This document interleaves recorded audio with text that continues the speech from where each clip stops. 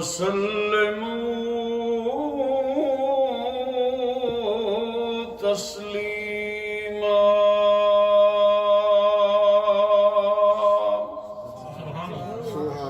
اللهم صل على سيدنا ومولانا محمد وعلى آل سيدنا ومولانا محمد وبارك وسلم وصل عليه الصلاة والسلام عليك يا رسول الله وعلى آلك وأصحابك يا حبيب الله الصلاة والسلام عليك يا رسول الله وعلى آلك وأصحابك يا محبوب رب العالمين.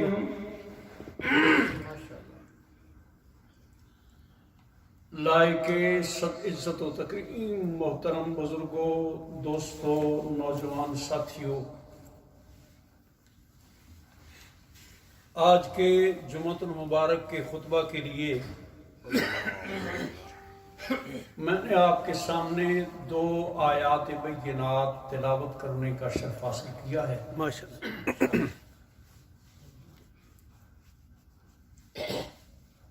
پہلی آیہ کریمہ کے اندر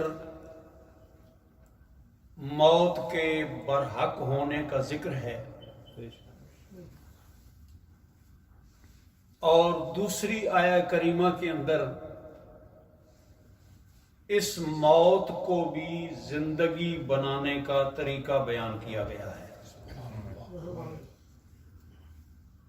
ویسے اس شدید سردی میں نے مشکل سا مضمون شروع کر لیا ہے. اللہ کریم مجھے حق بیان کرنے کی توفیق عطا فرمائے اور پھر اس کے بعد آپ کو اور مجھے سنا کے اس پر عمل کرنے کی توفیق نصیب فرمائے. آمین. اللہ. چونکہ جمعے پر ٹائم شارٹ ہوتا ہے، اس لیے بغیر کسی لمبی چوڑی تمہید کے رب العالمین فرماتا ہے ما عندکم کل نفس ذائقۃ الموت، ہر نفس نے، ہر ذی روح نے موت کا ذائقہ چکھنا ہے. جس کو بھی اللہ نے زندگی دی ہے، روح دی ہے، انسان ہوں، حیوان ہوں، فرشتے ہوں، جن ہوں، جمادات ہوں، نباتات ہوں، یعنی جتنی بھی مخلوق ہے جس کو اللہ نے زندگی عطا فرمائی ہے، ذی روح کیا ہے، حتیٰ کہ جناب اسرائیل علیہ السلام جو کہ موت دیتے ہیں ان پر بھی یہ کام ہونا ہے اور خود موت پر بھی موت آنی ہے. یہ ایسا اٹل فیصلہ ہے جس میں کوئی تبدیلی اور کوئی کسی قسم کا تغیر و تبدل نہیں ہے. افسوس کا مقام یہ ہے کہ جتنا یہ اٹل فیصلہ ہے اتنا ہی ہم اس سے لاپرواہ ہیں. اس کی طرف توجہ نہیں ہے، اس کی طرف دھیان نہیں ہے. جی ٹھیک. سرکار دو عالم صلی اللہ علیہ وآلہ وسلم کا ارشاد گرامی ہے، حضور فرماتے ہیں کہ موت کو یاد کرنے کے 3 انعام ہیں. غور کیجئے گا کہ جس موت سے ہم ڈرتے ہیں اور بھاگتے ہیں اور طرح طرح کے ہیلے بہانے تلاش کرتے ہیں، موت سے بچنے کے لیے حفاظت کرتے ہیں، سیکورٹی کراتے ہیں اور بڑے بڑے کام کرتے ہیں، حضور فرماتے ہیں کہ اگر بندہ روزانہ موت کو یاد کرے تو اس کو 3 انعام ملتے ہیں. سبحان اللہ. سب سے پہلا انعام یہ ہے کہ بندہ جو موت کو یاد کرتا ہے وہ توبہ جلدی کرتا ہے.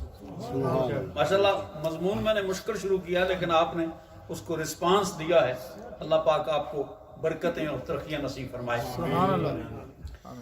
سب سے پہلا انعام یہ ہے کہ جو بندہ موت کو یاد کرتا ہے اس کو توبہ جلدی نصیب ہوتی ہے. کیوں؟ اس لیے اسے پتا ہے کہ موت آنی ہے. اگر کوئی غلطی کوتاہی ہو گئی ہے تو جلدی جلدی توبہ کر لو. سرکار دو عالم صلی اللہ علیہ وآلہ وسلم ارشاد فرماتے ہیں، آپ کی تعلیمات آپ کے صحابہ کرام ازواج مطہرات فرماتی ہیں کہ سرکار دو عالم صلی اللہ علیہ وآلہ وسلم دن میں 70 مرتبہ استغفار کیا کرتے ہیں. مسلمانوں ذرا سوچو، اپنے دل پہ ہاتھ رکھ کے ذرا سوچو کہ جو ذات نبیوں کی بادشاہ ہے، جس کو اللہ نے نبیوں کی سلطانیت عطا فرمائی ہے، جو امیر کائنات ہیں، جو بزم ہستی کے موجد اور وسیلہ ہیں، ان کا مقام یہ ہے کہ وہ 70 مرتبہ استغفار کرتے ہیں. اور ہم جو دن رات گناہ کرتے رہتے ہیں، ہمارے پاس استغفار کرنے کا ٹائم ہی نہیں ہوتا. حضور فرماتے ہیں جو موت کو یاد کرتا ہے سب سے پہلا انعام یہ ہے کہ وہ توبہ میں جلدی کرتا ہے. اور دوسرا انعام یہ ہے کہ اس کا دل قناعت پسند ہو جاتا ہے. دل قناعت کا معنی یہ ہے کہ اگر 100 روپیہ مل گیا ہے تو الحمدللہ یار گزارا چل جائے گا، دال روٹی بن جائے گا. 50 روپیہ مل گیا، چلو یار گزارا چلا لیں گے، ذرا تھوڑا کھا لیں گے، سادہ کھا لیں گے. اور جس کی اندر قناعت نہ ہو، نہ اس کو 5000 بھی مل جائے تو کچھ نہیں بنتا. فرمایا دوسرا فائدہ یہ ہے کہ بندہ قناعت پسند ہو جاتا ہے. اور تیسرا فائدہ یہ ہے کہ بندے کو عبادت میں خوشی محسوس ہوتی ہے. نسنے والا کام نہیں کرتا، وہ عبادت لذت محسوس کرتا ہے، سوز و گداز محسوس کرتا ہے، محبت محسوس کرتا ہے، پیار محسوس کرتا ہے. اسی لیے سیدۃ النساء العالمین آپ فرماتی ہیں سردیوں کی لمبی سی رات ہے، آپ کبھی سجدے کر رہی ہیں، کبھی رکوع کر رہی ہیں. ایک مرتبہ کہتی ہیں میرے مالک تیری رات چھوٹی ہے، میرے سجدے پورے نہیں ہوتے. جس کو میرے رب نے ملکہ جنت بنایا ہے وہ کہتی ہے مالک میرے سجدے پورے نہیں ہوتے. اور ہم جو دن رات گناہ کرنے والے ہیں، اگر ہم موت کو یاد کریں تو ہمارے اندر بھی یہ لذت اور پیار اور محبت پیدا ہو جاتی ہے. اللہ اکبر. اور سرکار فرماتے ہیں کہ اگر جو بندہ موت کو یاد نہیں کرتا اس کو 3 نقصان ہوتے ہیں. یعنی یاد کرنے کے 3 فائدے ہیں اور نہ یاد کرنے کے 3 نقصان ہیں. سب سے پہلا نقصان یہ ہے کہ وہ توبہ میں دیر کرتا ہے. کہتا ہے یار ابھی کیا ہے، عمر کتنی ہے، وہ بڑی لمبی عمر ہے، کر لیں گے توبہ، نماز پڑھنے کا بڑا ٹائم ہے، جب بوڑھے ہو جائیں گے تو پھر نمازیں ہی پڑھنی ہے نا، اور کیا کرنا ہے، پھر مسجد میں ہی جانا ہے، اور کیا کرنا، کسی کام کے نہیں ہوں گے. فرمایا جو تو موت کو یاد نہیں کرتا نا اس کو نقصان یہ ہوتا ہے کہ وہ توبہ میں دیر کرتا ہے. اور دوسری بات یہ کہ عبادت میں اس کو لذت نہیں ملتی، سستی آ جاتی ہے اور ذوق نہیں رہتا، اور دل قناعت سے خالی ہو جاتا ہے، ہوس بڑھ جاتی ہے، پیار بڑھ جاتا ہے. اسی لیے میرے بھائیوں حضور نے فرمایا الدنیا سجن المؤمن و جنت الکافر. اس دنیا سے پیار نہیں کرنا، خدا اور مصطفیٰ سے پیار کرنا. اللہ اکبر. تو موت ایسی چیز ہے کہ جس سے مفر نہیں ہے اور اس کا فائدہ یہ ہے اور نقصان یہ ہے. اب دوسری آیت پر غور کیجئے. اللہ طریقہ بتاتا ہے کہ آؤ میں تمہیں بتاؤں طریقہ تاکہ تمہاری موت بھی خوشی بن جائے. موت بھی خوشی بن جائے. میرا رب کہتا ہے ما عندکم ینفع، جو کچھ تمہارے پاس ہے وہ فنا ہو جائے گا. کوٹھی ہے فنا ہو جائے گی، کار ہے فنا ہو جائے گی، دولت ہے فنا ہو جائے گی، مال ہے فنا ہو جائے گا، بلڈنگیں ہیں، مارکیٹیں ہیں، جو کچھ تمہارے پاس ہے وہ فنا ہو جائے گا. وما عند اللہ باق، جو رب کے پاس ہے وہ باقی رہے گا. سبحان اللہ سبحان اللہ.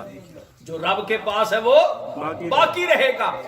اب اس کا فیصلہ کس طرح ہو؟ رب بتاتا ہے کہ تم موت سے ڈرتے ہو نا، تو آؤ میں تمہیں طریقہ بتاتا ہوں، تم اس زندگی کو رب کے حوالے کر دو۔ اس زندگی کو رب کے، جب تم اس زندگی کو رب کے حوالے کرو گے پھر تمہاری موت موت نہیں رہے گی، زندگی بن جائے گی۔ پھر تم زندہ ہوگے تو بھی زندہ ہوگے، قبر میں جاؤ گے تو بھی زندہ ہوگے، تمہاری قبر بھی زندہ ہوگی، جہاں تم نے نمازیں پڑھی ہوں گی وہ جگہ بھی زندہ ہوگی، جہاں چلا کیا ہوگا وہ جگہ بھی زندہ ہوگی، جہاں قرآن پڑھا ہوگا وہ جگہ بھی زندہ ہوگی، جہاں پر سجدے کیے ہوں گے وہ جگہ بھی زندہ ہوگی۔ میرا مالک تمہیں ایسی زندگی عطا فرمائے گا کہ جس زندگی پہ کائنات رشک کرے گی۔ سبحان اللہ، سبحان اللہ۔ کائنات رشک کرے گی۔ میرے بھائیوں، آؤ ہم اپنی نگاہوں سے دیکھتے ہیں کہ جنہوں نے زندگی کو رب کے حوالے کیا ہے ان کا کیا مقام ہے، اور جنہوں نے زندگی سے پیار کیا ہے ان کا کیا مقام ہے۔ جو حضرات پاکستان سے تعلق رکھتے ہیں ان کو پتا ہے، لاہور جاؤ نا شاہی مسجد میں، تو شاہی مسجد کے دروازے سے نکلو نا، تو دروازے سے نکلتے ہوئے بائیں ہاتھ پہ سکندر مرزا کی قبر ہے اور دائیں ہاتھ پہ علامہ اقبال کی قبر ہے۔ جب مسجد میں داخل ہو تو پھر سائیڈ بدل جاتی ہے، بائیں ہاتھ پہ علامہ اقبال کی قبر ہوتی ہے اور دائیں ہاتھ پہ سکندر مرزا کی قبر ہوتی ہے۔ سکندر مرزا وہ ہے جو گورنر بھی رہا ہے، پوسٹ پر رہا ہے، کسی عہدے پر رہا ہے، لیکن علامہ اقبال نے زندگی میں کسی گورنمنٹ کا کوئی عہدہ حاصل نہیں کیا، لیکن سکندر کی قبر پہ کوئی تھوکتا بھی نہیں ہے، اور علامہ کی قبر پہ لوگ منوں کے حساب سے پھول چڑھا کے آتے ہیں۔ سبحان اللہ، سبحان اللہ۔ وجہ کیا ہے؟ علامہ اقبال نے کیا کیا ہے، سکندر مرزا نے کیا کیا ہے؟ سکندر مرزا نے زندگی سے پیار کیا ہے، علامہ نے زندگی نبی کے حوالے کر دی ہے، علامہ نے زندگی رب کے حوالے کر دی ہے، اور علامہ نے کہا ہے کہ کی محمد سے وفا تو نے تو ہم تیرے ہیں، کی محمد سے وفا تو نے تو ہم تیرے ہیں، ارے کی محمد سے وفا تو نے تو ہم تیرے ہیں، یہ جہاں چیز ہے کیا لوہو قلم تیرے ہیں، یہ جہاں چیز ہے کیا لوہو قلم تیرے ہیں۔ یہ بات اب آپ کے ذہن میں پہنچ گئی کہ جس نے زندگی اس کے حوالے کر دی ہے اس کی قبر بھی زندہ ہے، اس کی قبر۔ آج میں بڑے کوشش کر کے نا ایک خاص نقطے پہ آپ کو لے کے آیا ہوں۔ آپ کو پتا ہے کہ میں اکثر کوشش کرتا ہوں کہ کوئی نیا مضمون یا نئی بات آپ کے سامنے رکھی جائے۔ آج حضور 5 ہے چاند کی یا 6 ہے؟ آج 5 یا 6 ہے۔ میں یہ جو بات لے کے آیا ہوں، کیوں لے کے آیا ہوں آپ توجہ کریں گے۔ آپ کو پتا ہے 5 جمادی الاول کو اس شہزادی کا یوم ولادت ہے جس نے دین کے زندہ کرنے میں آدھا حصہ ڈالا ہے۔ سبحان اللہ، سبحان اللہ۔ یہ بات قابل توجہ ہے، چونکہ ایسی باتیں ہم سنتے نہیں ہیں نا، اس لیے ہمیں پتہ نہیں ہوتا۔ اور یہ جو حصہ ہے نا، یہ میں نہیں کہہ رہا، آؤ علامہ اقبال سے پوچھتے ہیں کہ اس بی بی کا کیا حصہ ہے۔ علامہ اقبال تو مصور پاکستان ہے نا، ان کو تو آپ بہت بڑا لیڈر، بہت بڑا رہنما مانتے ہیں۔ وہ کہتے ہیں علامہ اقبال کہتے ہیں حدیث عشق دو باب است. جو محبت کی حدیث ہے نا اس کے دو باب ہیں, اس کے دو حصے ہیں. حدیث عشق دو باب است, یک حسین رقم کرد و دیگر زینب. حدیث محبت کے دو باب ہیں, ایک باب کو حسین نے مکمل کیا ہے اور دوسرے باب کو حسین کی ہمشیرہ سیدہ زینب نے مکمل کیا. 5 جمادی الثانی کو اس بی بی کا یوم ولادت ہے جس نے دین کے زندہ کرنے میں آدھا حصہ ڈالا ہے. اور یہ بات میں اپنے منہ سے نہیں کہہ رہا, میں علامہ اقبال کا قول نقل کر رہا ہوں. سبحان اللہ. جناب سیدہ زینب پر چند جملے میں عرض کرنا چاہتا ہوں جتنا کچھ ٹائم ہے بقایا. جناب سیدہ زینب حضرت سیدہ فاطمہ الزہرا کی بیٹی ہے. آپ کی ولادت 5 جمادی الاول اور سن 5 ہجری میں ہوئی ہے. سبحان اللہ. 5 جمادی الاول 5 ہجری ہجری میں ہوئی ہے. حضرت امام حسین کی ولادت شعبان کے مہینے میں ہوئی ہے. حضرت امام حسن کی ولادت رمضان کے مہینے میں ہوئی ہے. حضرت سیدہ زینب کی ولادت 5 جمادی الاول کو ہوئی ہے اور سیدہ زینب کا وصال 25 رجب کو ہوا ہے. اور آپ جانتے ہیں یہ کون سی بی بی ہے؟ یہ وہ ہے جس نے مصطفیٰ کا پیار بھی حاصل کیا ہے, مرتضیٰ کا پیار بھی حاصل کیا ہے, سیدہ فاطمہ الزہرا کا پیار بھی حاصل کیا ہے, امام حسن کا پیار بھی حاصل کیا ہے, امام حسین کا پیار بھی حاصل کیا ہے. سبحان اللہ. اب میں آپ کو, چونکہ آپ جو حضرات پنجابی دیہاتی ہیں نا, ان کو میں ایک مثال دے کے سمجھانا چاہتا ہوں. قاعدہ یہ ہے کہ جس کو جتنا زیادہ پیار ملتا ہے نا, اگر امتحان آ جائے تو اس کا امتحان بھی اتنا ہی زیادہ ہوتا ہے. بے شک اس کا امتحان بھی اتنا ہی زیادہ ہوتا ہے. چونکہ سیدہ زینب کو پیار اتنا ملا ہے کہ مصطفیٰ کا پیار, مرتضیٰ کا پیار, سیدہ فاطمہ کا پیار, امام حسن کا پیار, امام حسین کا پیار, تو جب امتحان کا وقت آیا نا تو سیدہ نے کہا نانا جان گھبرانے کی ضرورت نہیں ہے, اگر مجھے پیار اتنا بڑا ملا ہے تو میں امتحان بھی اتنا ہی بڑا دے کے دکھاؤں گا. سبحان اللہ.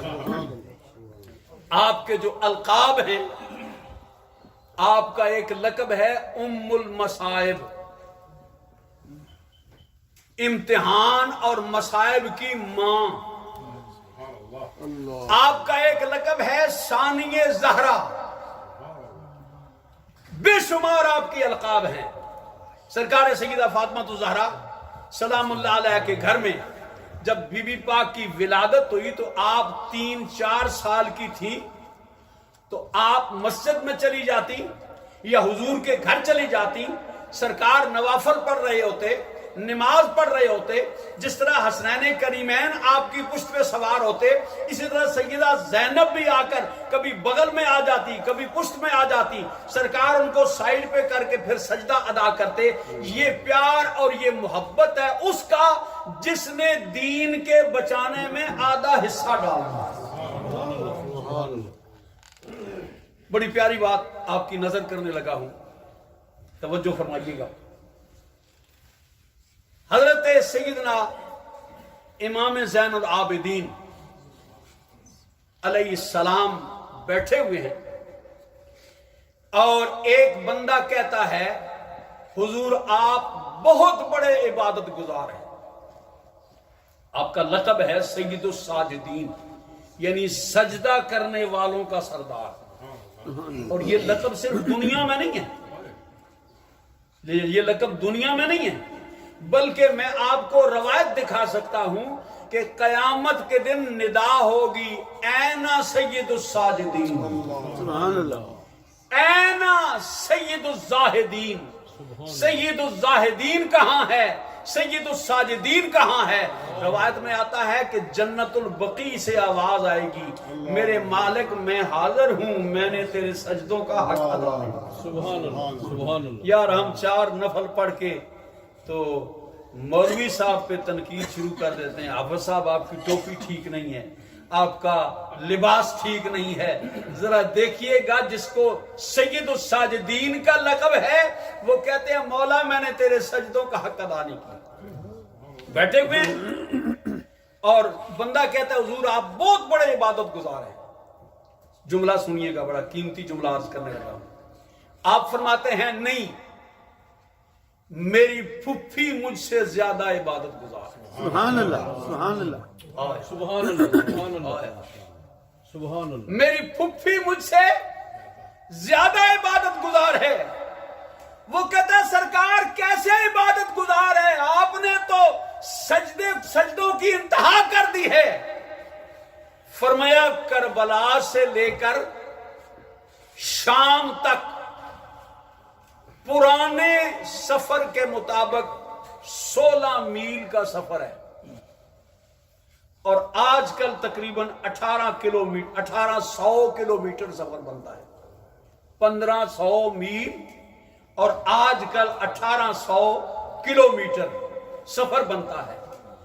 فرمایا اس پورے سفر میں میری پھپھی اتنی عبادت گزار ہے کہ اس پورے سفر میں میری پھپھی کی نماز تہجد قضا نہیں ہوئی۔ سبحان اللہ سبحان اللہ اللہ اکبر سبحان اللہ۔ وہ مائیں تھیں کہ جن کی گود میں اسلام پلتا تھا، سبحان اللہ۔ وہ مائیں تھیں کہ جن کی گود میں اسلام پلتا تھا، اور اسی غیرت سے انسان نور کے سانچے میں ڈھلتا تھا، اسی غیرت سے انسان نور کے سانچے میں ڈھلتا تھا۔ دوستو تمہاری ماں بہنوں بیٹیوں کے لیے ماڈل نبی کی نواسی ہے، نبی کی بیٹی ہے، نبی کی اولاد ہے، جس نے 1500 میل کے سفر میں ہاتھ بندھے ہوئے ہیں۔ یہ امت کی مہربانی ہے نا۔ میں مثال دے کے آپ کو بات سمجھانا چاہتا ہوں۔ دنیا کی بہت بڑی شخصیت ہے جناب قبلہ شیخ الاسلام ڈاکٹر طاہر القادری صاحب، ان کے بیٹے ہیں، ان کے پوتے بھی ہو گئے ہیں، یعنی پوتا تیسری نسل ہے۔ میری بڑی قیمتی بات ہے، توجہ کریں گے، تیسری نسل ہے۔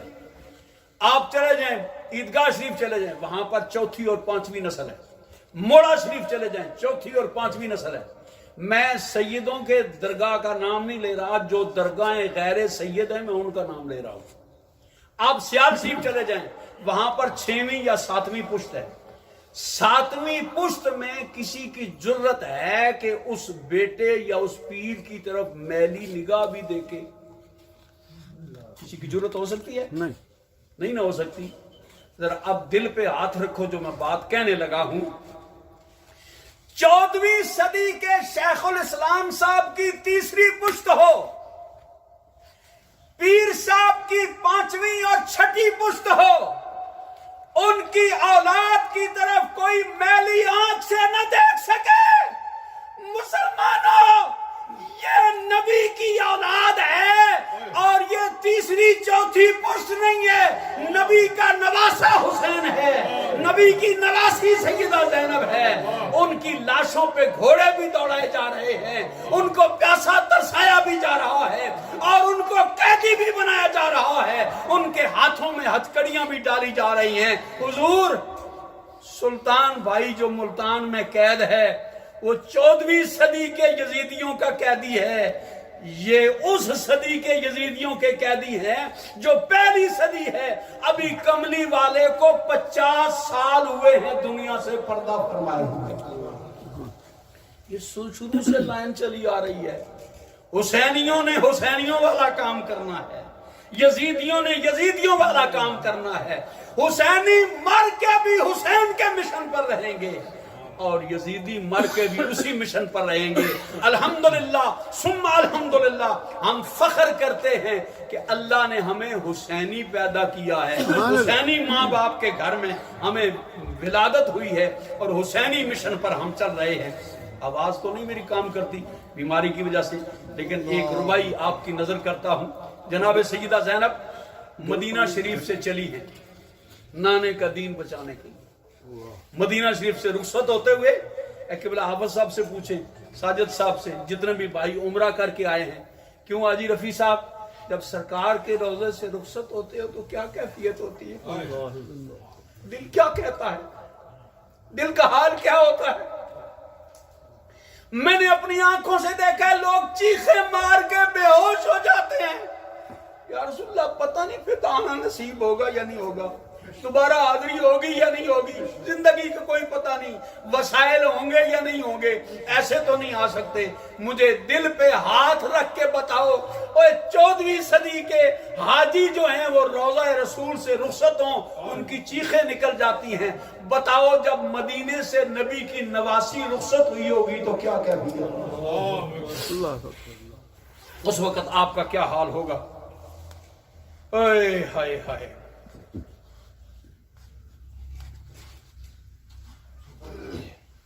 اللہ اکبر اللہ اکبر۔ جناب سیدہ زینب کی شان و عظمت پر قربان جائیں اور آپ کے مقام اور مرتبے پر قربان جائیں۔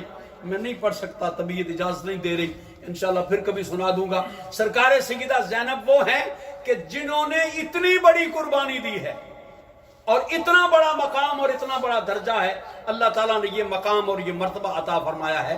اور آپ کا مقام یہ ہے کہ سیدہ زینب جب دربار یزید میں خطبہ دے رہی تھی، خطبہ ارشاد فرما رہی تھی، تو اس وقت آپ کو سن کر کسی بندے نے غور کیا تو وہ کہتا ہے، میں قسم اٹھا کے کہتا ہوں مجھے ایسا پتہ چلتا ہے کہ مولا علی خطبہ دے رہے ہیں،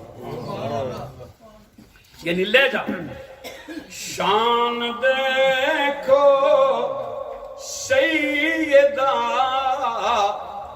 زینب بنت رسول کی۔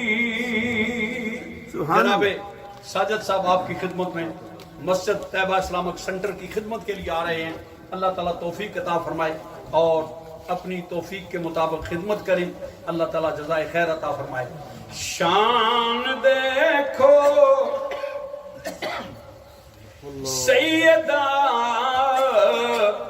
بنت رسول کی، لہجہ علی کا پایا اور صورت بطول کی، لہجہ علی کا پایا اور صورت بطول کی۔ آپ کے صبر و تحمل پر قربان جائیں، آپ کے صبر پر قربان جائیں۔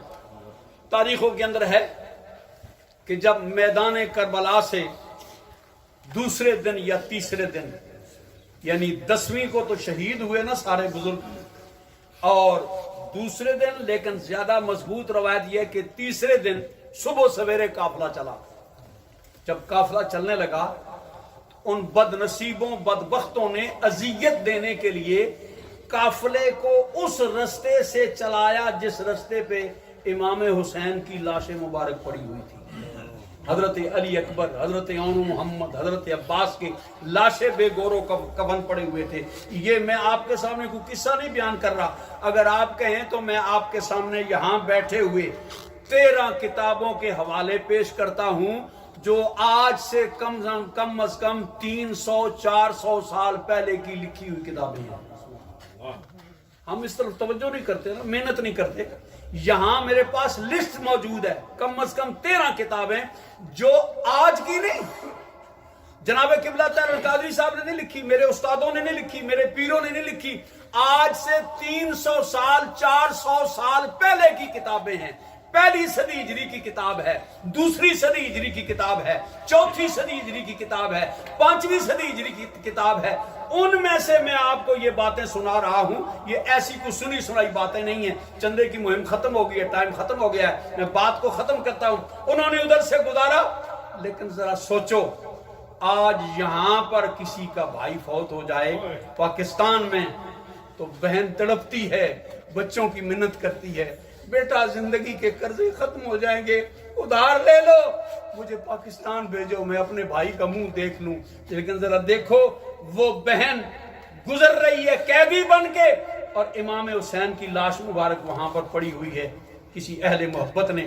بلکہ سید السادات حضور قبلہ پیر سید حامد علی شاہ صاحب رحمۃ اللہ تعالی علیہ جو گجرات والے ہیں, وہ ایک ربائی پڑھا کرتے تھے. بس اس ربائی میں بات کو ختم کرتا ہوں انشاءاللہ, پھر کبھی صحیح. آپ فرماتے ہیں کہ جب گزری تو قیدن پینت چھن ویرن وہ ناراضگیاں ہیں کیاں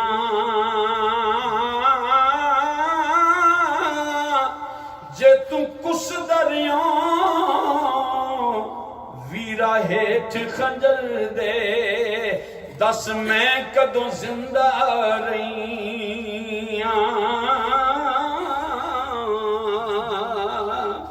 تے بن پانی میری امڑی جایا, او کدوں مچھلیاں زندہ رہیاں, میرا خیمیوں باہر آ ونجنا بس سمجھ کے میں مر گئی.